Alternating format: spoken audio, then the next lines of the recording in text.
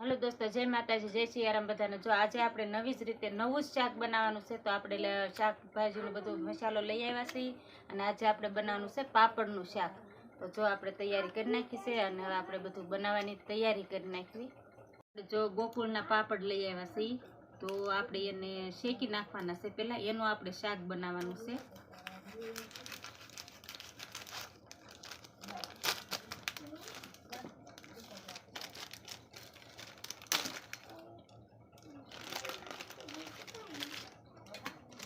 આ છે આપણા પાપડ અને પાપડ આપણે 6 થી 7 નંગ આવતા હશે। જો શેકવાના છે તો આપણે પહેલા લોટી મૂકી દઈશું। આપણે જો લોટી તપી ગઈ છે અને હવે આપણે શેકી નાખશું પાપડ।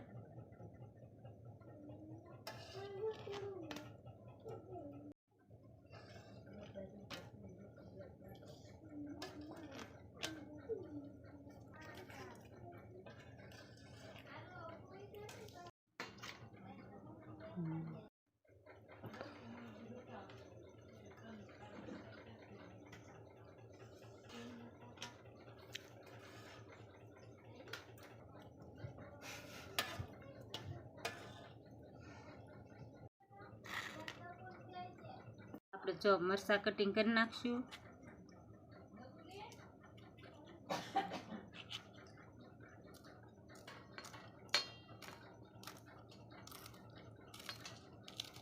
આ રીતે આપણે નાના નાના ટુકડામાં કટિંગ કરવાના છે।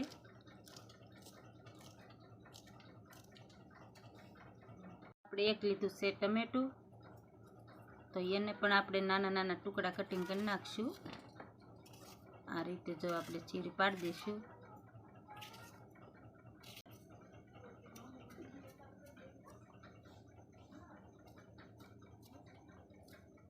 એ સુધારશું કાંદા,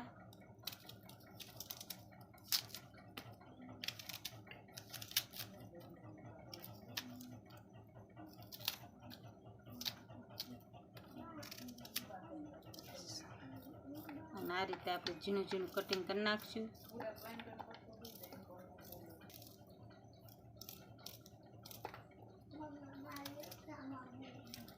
કાપી નાખશું આપણે ધાણા।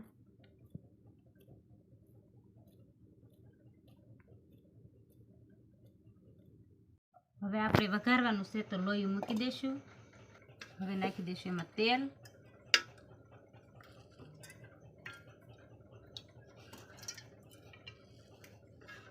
હવે નાખી દઈશું રાઈ થોડી। હવે રાઈ આપણે તતડવા મળી છે, તો જીરું નાખી દઈશું। 1 ચમચી હિંગ નાખી દઈશું, અડધી ચમચી હળદર અને મીઠા લીમડાના પાન, આ મરચાં, આ ડુંગળી,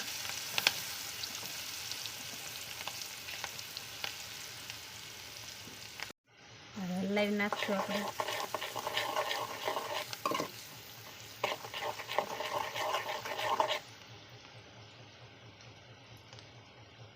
હવે નાખી દઈશું ટમેટા,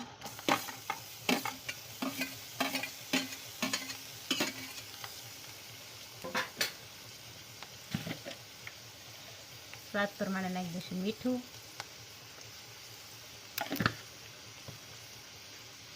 હવે હલાવી નાખશું।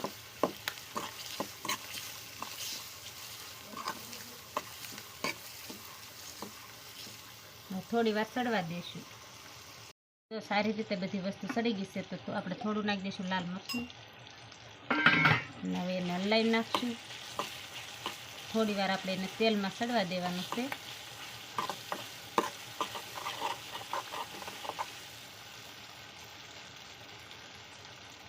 થોડું પાણી નાખી દઈશું।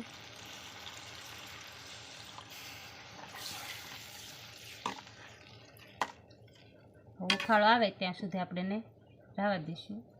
આપણે જો પાપડ છે એને આપણે સેજ ભાંગી નાખશું। હાવ ભૂકો નથી કરવાનો આપણે। જો આ રીતે આપણે અસકસરાટ ભાંગવાના છે, બહુ નાના નહીં બહુ મોટા નહીં એવા કરી નાખવાના છે। તો જો આપણે બધા પાપડ ભંગાઈ ગયા છે। જો આપણે ઉફાળો પણ સરસ મજાનો આવી ગયો છે તો પાપડ નાખી દઈશું.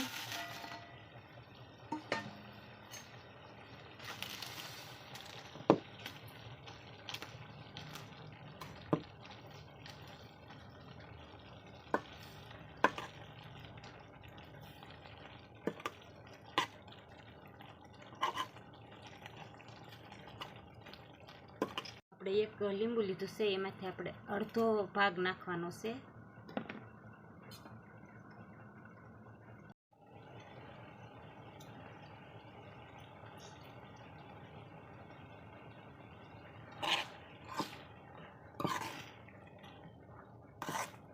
જો આપણું શાક સરસ મજાનું થઈ ગયું છે.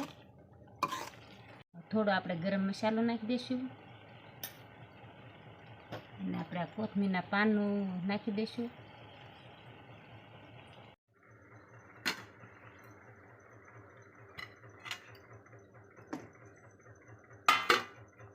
હવે આપણે એને હારે બનાવશું રોટલી.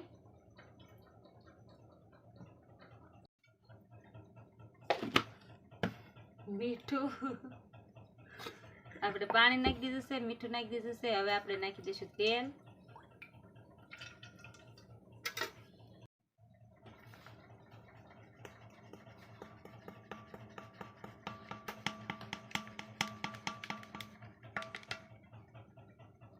જો આપણે ઘઉંનો લોટ સાળવા મળ્યા છે.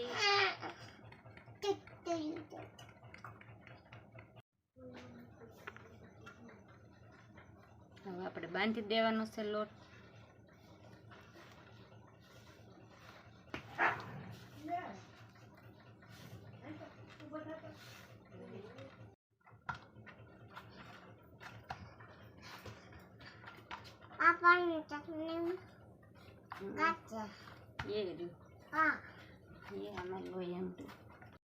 હવે આપણે તાવડી મૂકી દઈશું. જો આપણો લોટ બાંધી અને તૈયાર થઈ ગયો છે તો હવે આપણે નાના નાના લોયા બનાવી લઈશું એના.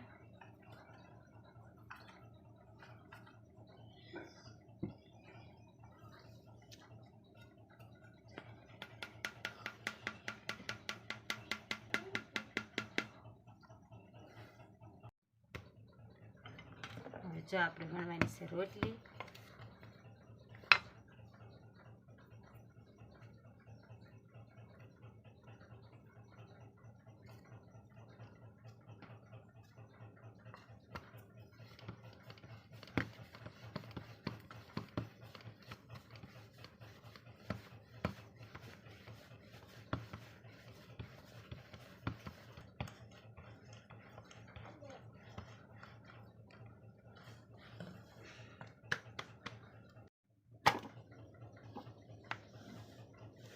જો એક બાજુ સડી ગઈ છે તો બીજી બાજુ નાખી દઈશું.